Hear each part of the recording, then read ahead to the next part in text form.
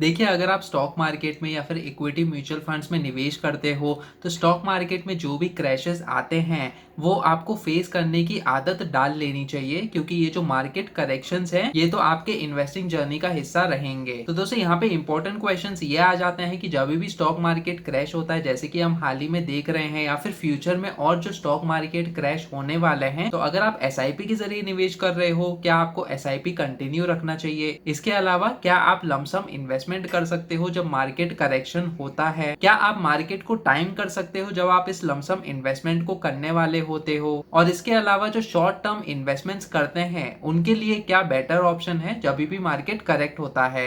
तो दोस्तों, calculation examples के जरिए हम समझेंगे कि अगर आप एक लॉन्ग टर्म इन्वेस्टर हो तो क्या आपको एसआईपी के जरिए आपका जो भी इन्वेस्टमेंट अमाउंट है उसको आपको कंटिन्यू रखना चाहिए या नहीं। तो कैलकुलेशंस की तरफ बढ़ने से पहले थोड़े से क्वेश्चंस को आंसर कर देते हैं। तो जब भी मार्केट क्रैश होता है, क्या आपको एसआईपी को कंटिन्यू रखना है? तो दोस्तों जी हाँ, आपका जो भी एसआईपी अमाउंट है, जो भी फाइनेंशियल गोल्स के लिए आपने उस एसआईपी इन्वेस्टमेंट को स्टार्ट किया है, उसको आपको कंटिन्यू रखना चाहिए। लेकिन ये चीज आपको ध्यान में रखनी है कि जो एसआईपी इन्वेस्टमेंट है उसका जो टेन्योर है कम से कम 8 साल से 10 साल तक होना चाहिए, अगर आपको पॉजिटिव प्रॉफिट पाना है उस पर्टिकुलर इन्वेस्टमेंट से। इसके अलावा क्या आपको लमसम इन्वेस्टमेंट करना चाहिए? तो दोस्तों, अगर मार्केट डाउन जाता है और आपके पास इकट्ठा पैसा हो गया है आपके सेविंग्स के तौर पे, तो जो भी आप लमसम इन्वेस्टमेंट करना चाहते हो आप उसको कर सकते हो। लेकिन ध्यान रखिएगा कि आप मार्केट को एग्जैक्टली टाइम नहीं कर सकते। तो आज की डेट में अगर आप लमसम इन्वेस्टमेंट करते भी हो सकता है कि कल और परसों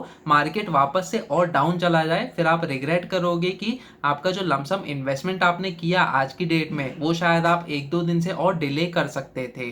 तो दोस्तों, ऐसा नहीं होता। अगर हर कोई मार्केट को टाइम कर सकता था तो वो आज की डेट में बिजी होता अपने जो इन्वेस्टमेंट्स है उसको इंक्रीज करने में। तो अगर आप लमसम इन्वेस्टमेंट आज की डेट में करोगे तो कल या फिर परसों की डेट में आपको रिग्रेट करने की जरूरत नहीं है, क्योंकि आप मार्केट को एग्जैक्टली टाइम नहीं कर सकते। लेकिन लमसम इन्वेस्टमेंट करना एक अच्छी स्ट्रेटेजी होती है अगर आपका एसआईपी कंटिन्यू चल रहा है, ताकि लंबे समय के लिए आपका जो इन्वेस्टमेंट अमाउंट है, आपका जो भी फाइनेंशियल गोल है वो टाइम से पहले अचीव हो जाए। तो चलिए बढ़ते हैं हम अपने कैलकुलेशंस की तरफ, देखते हैं कि आपको एसआईपी रिटर्न्स कितने मिले हैं पिछले 20 सालों में जब आपने multiple number of times crashes को फेस किया है स्टॉक मार्केट में। तो यहाँ पे हम देखेंगे कि एसआईपी के जरिए आपको कितना रिटर्न्स मिला है स्टॉक मार्केट क्रैश होने के बाद भी। हम ये कंसिडर करेंगे कि जो सेंसेक्स है जिसमें टॉप 30 कंपनीज आती है बॉम्बे स्टॉक एक्सचेंज में, उसमें आपको कितना रिटर्न्स मिला है पिछले 20 सालों में। अब दोस्तों, पिछले 20 सालों में जो मेजर स्टॉक क्रैशेस हैं वो एक तो 2008 में हुआ है। तो जैसे कि आप देख सकते हो दिसंबर 2007 में 20,000 के लेवल्स पे था सेंसेक्स का जो रेट है,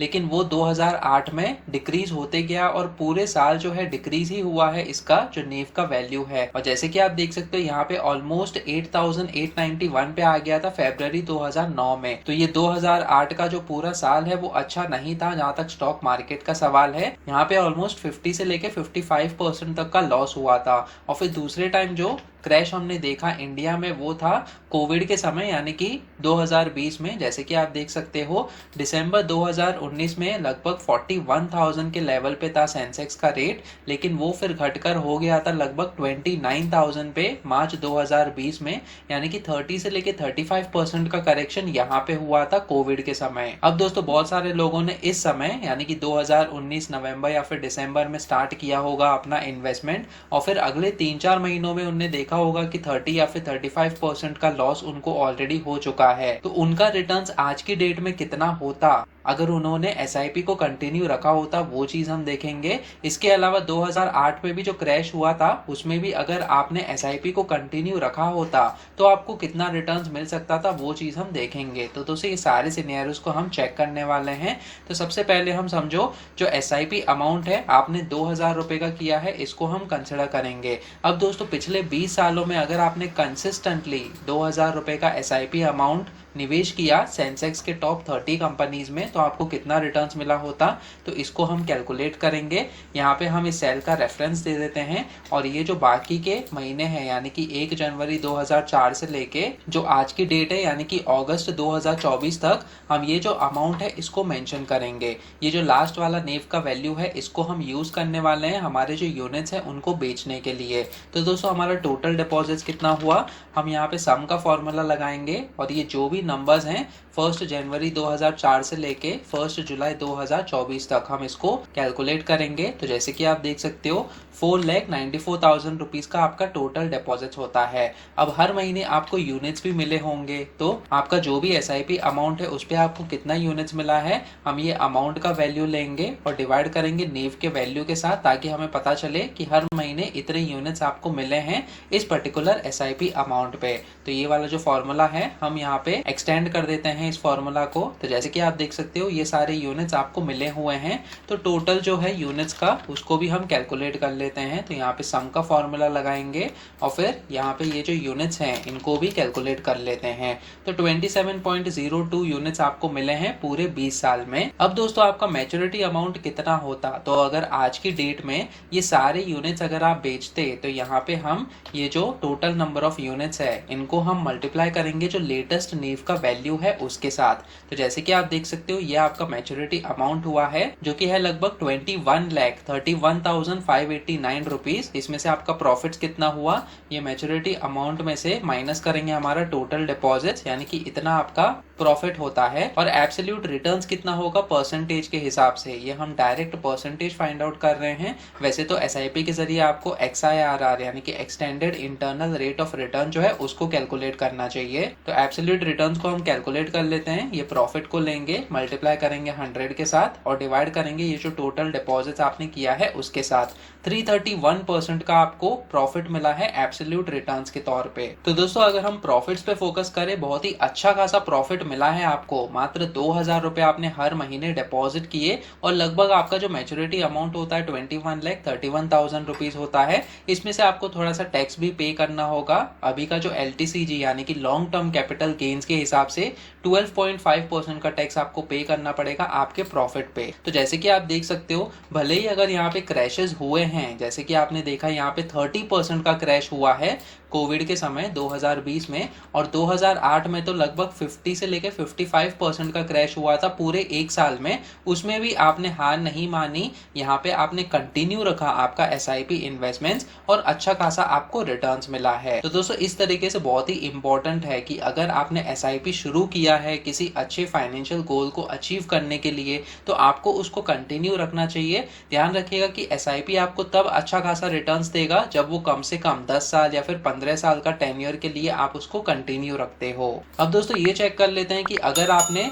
2004 के जगह यहाँ पे 2007 में, यानी कि जो मैक्सिमम रेट यहाँ पे था उस समय, यहाँ से आपने आपका जो SIP है वो शुरू किया होता, तो क्रैश के बाद आपका टोटल रिटर्न्स कितना हुआ होता। तो दोस्तों यहाँ पे हम ये जो भी अमाउंट्स है उनको जीरो कर देते हैं। तो यहाँ पे समझो अगर आपने नवंबर 2007 से आपका SIP शुरू किया होता, तो यहाँ पे हम जीरो का अमाउंट मेंशन कर देते हैं और ये बाकी के जो महीने हैं उनमें भी हम ये जीरो का अमाउंट मेंशन कर देते हैं। अब दोस्तों यहाँ पे आपको कोई भी यूनिट्स नहीं मिले हैं क्योंकि आपने SIP शुरू नहीं किया। आपने यहाँ पे आके यानी कि नवंबर 2007 में जब मार्केट टॉप में था 19,000 20,000 के लेवल पे था, तब आपने शुरू किया आपका SIP इन्वेस्टमेंट और फिर यहाँ पे मार्केट क्रैश हो गया 2008 में। तो दोस्तों अगर यहाँ पे भी आपने कंटिन्यू किया होता, देखते हैं कि आपका रिटर्न्स कितना हुआ होता यहाँ पे। तो जैसे कि आप देख सकते हो आपका टोटल डिपॉजिट्स हुआ है 4,02,000 रुपए और मैच्योरिटी अमाउंट आपको मिलेगी फिर भी 12,60,790 रुपीज की, यानी कि आज के डेट में फिर भी आपको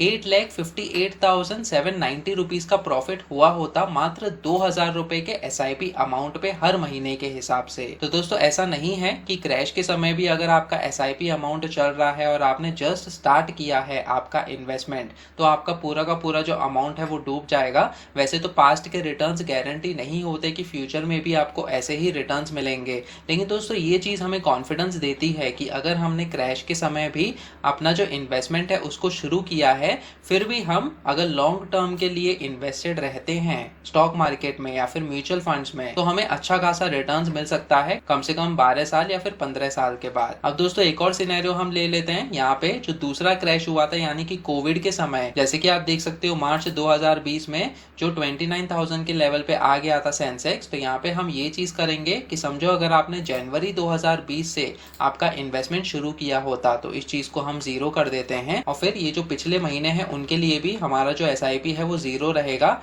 तो हमारे यूनिट्स जो है वो भी जीरो हो जाएंगे। तो अब अगर आप देखो जनवरी 2020 से भी अगर आपने शुरू किया होता आपका इन्वेस्टमेंट, और अगले 4 साल यानी कि जुलाई 2024 तक, जो कि लगभग 4.5 साल होते हैं, इसमें आपका कितना रिटर्न हुआ होता अगर हम इस चीज को देखें। जैसे कि आप देख सकते हो 1,10,000 रुपीज का आपका टोटल डिपॉजिट है और मेच्योरिटी अमाउंट 1,63,382 रुपीज का है। तो यहाँ पे आप फिर भी प्रॉफिट्स में हो, तो आपका क्रैश के समय आपने शुरू किया इन्वेस्टमेंट जस्ट 2 महीने पहले, उसके बाद भी आपका जो प्रॉफिट है वो पॉजिटिव में है। तो ये चीज हमें ये बताती है कि लंबे समय के लिए हमें SIP जो है उसको कंटिन्यू रखना चाहिए। भले ही यहाँ पे आपने 5 साल से कम के टेन्योर के लिए इन्वेस्ट किया है, लेकिन फिर भी आपका जो रिटर्न है वो पॉजिटिव में है। लेकिन बहुत ही इंपॉर्टेंट चीज यहाँ पे ये है कि कम से कम आपको 8 साल 10 साल या फिर 12 साल तक आपका जो अमाउंट है उसको इन्वेस्टेड रखना पड़ेगा, क्योंकि मार्केट को जितना ज्यादा टाइम दोगे उतना ही अच्छा खासा रिटर्न्स आपको मिल सकता है। तो दोस्तों अगर यहाँ पे मार्केट क्रैश भी होता है, ऑलमोस्ट 78,000 के लेवल पे आ गया है, 75,000 या फिर 70,000 पे भी अगर जाता है अगले 1-2 महीने के लिए, ये जो सेंसेक्स का नेव का वैल्यू है, तो भी आपका जो भी SIP है जो आपने स्टार्ट किया है उसको आप कंटिन्यू रखिएगा कम से कम आगे आने वाले 8 साल या फिर 10 सालों तक, ताकि आपको अच्छा खासा रिटर्न्स मिल सके। क्योंकि दोस्तों ये जो मार्केट है उसमें करेक्शंस तो आते ही रहेंगे, जब मार्केट नीचे जाता है तो वो ऊपर भी आता है, बस आपको उसको टाइम देने की जरूरत है। अब पिछले 20 साल में सेंसेक्स और निफ्टी में आपको कितने रिटर्न्स मिले हैं उसके लिए मैंने अलग से वीडियो बनाया है, और किस तरीके से आप डिफरेंट SIP अमाउंट पे कितना अमाउंट आपको एज मैच्योरिटी अमाउंट मिल सकता है, वो भी चीज मैंने आपको उस वीडियो में समझाई है। तो आप वो वाला वीडियो भी चेक कीजिएगा, जिसका लिंक मैंने डिस्क्रिप्शन सेक्शन में दिया हुआ है। तो जैसे कि हमने देखा यही रीजंस है कि आपको SIP के जरिए जो आपका इन्वेस्टमेंट है उसको कंटिन्यू रखना चाहिए। अब दोस्तों जैसे मैंने आपको बताया, अगर आप न्यू इन्वेस्टर हो और आपने हाल ही में SIP को शुरू किया है और ऑलरेडी आपका जो पोर्टफोलियो है वो नेगेटिव में है, तो दोस्तों इसमें आपको टेंशन लेने की जरूरत नहीं है, बस कंटिन्यू रखिए आपका SIP इन्वेस्टमेंट। ध्यान रखिएगा कि कम से कम 8 साल या फिर 10 साल तक आपको इसको कंटिन्यू रखना है। और आपका जो भी प्राइमरी वर्क है, अगर आप एक सैलरीड एम्प्लॉय हो तो आप अपने जॉब पे फोकस कीजिए और उसमें आप खुद का अपस्किलिंग कीजिए, ताकि आपकी जो मंथली इनकम है वो इंक्रीज हो सके, और आपका जो भी इन्वेस्टमेंट अमाउंट आप करना चाहते हो स्टेप अप SIP के जरिए आप उसको इंक्रीज कीजिए हर साल के हिसाब से, ताकि जो भी फाइनेंशियल गोल्स हैं आप उनको टाइम से पहले अचीव कर सको। कमेंट सेक्शन में मुझे बताइए कि आपने कितने SIP अमाउंट से आपका इन्वेस्टमेंट शुरू किया है। वीडियो पसंद आया तो प्लीज इस वीडियो को लाइक कीजिए और शेयर कीजिए अपने दोस्तों के साथ। आप मेरा टेलीग्राम ग्रुप भी ज्वाइन कर सकते हो, जिसमें हम latest personal finance related news और टॉपिक्स के बारे में डिस्कस करते रहते हैं। ये टेलीग्राम ग्रुप का भी लिंक मैंने डिस्क्रिप्शन सेक्शन में दिया हुआ है। अगर आप इस चैनल पे नए हो तो सब्सक्राइब कीजिए मेरे यूट्यूब चैनल फिनकैलसी टीवी को। सब्सक्राइब करते समय बेल आइकन को भी दबाइए, ताकि आगे आने वाली ऐसी वीडियोस आप देख सकें। फिर मिलेंगे किसी और पर्सनल फाइनेंस टॉपिक को लेकर, तब तक के लिए आप ये वाले वीडियोस देखो।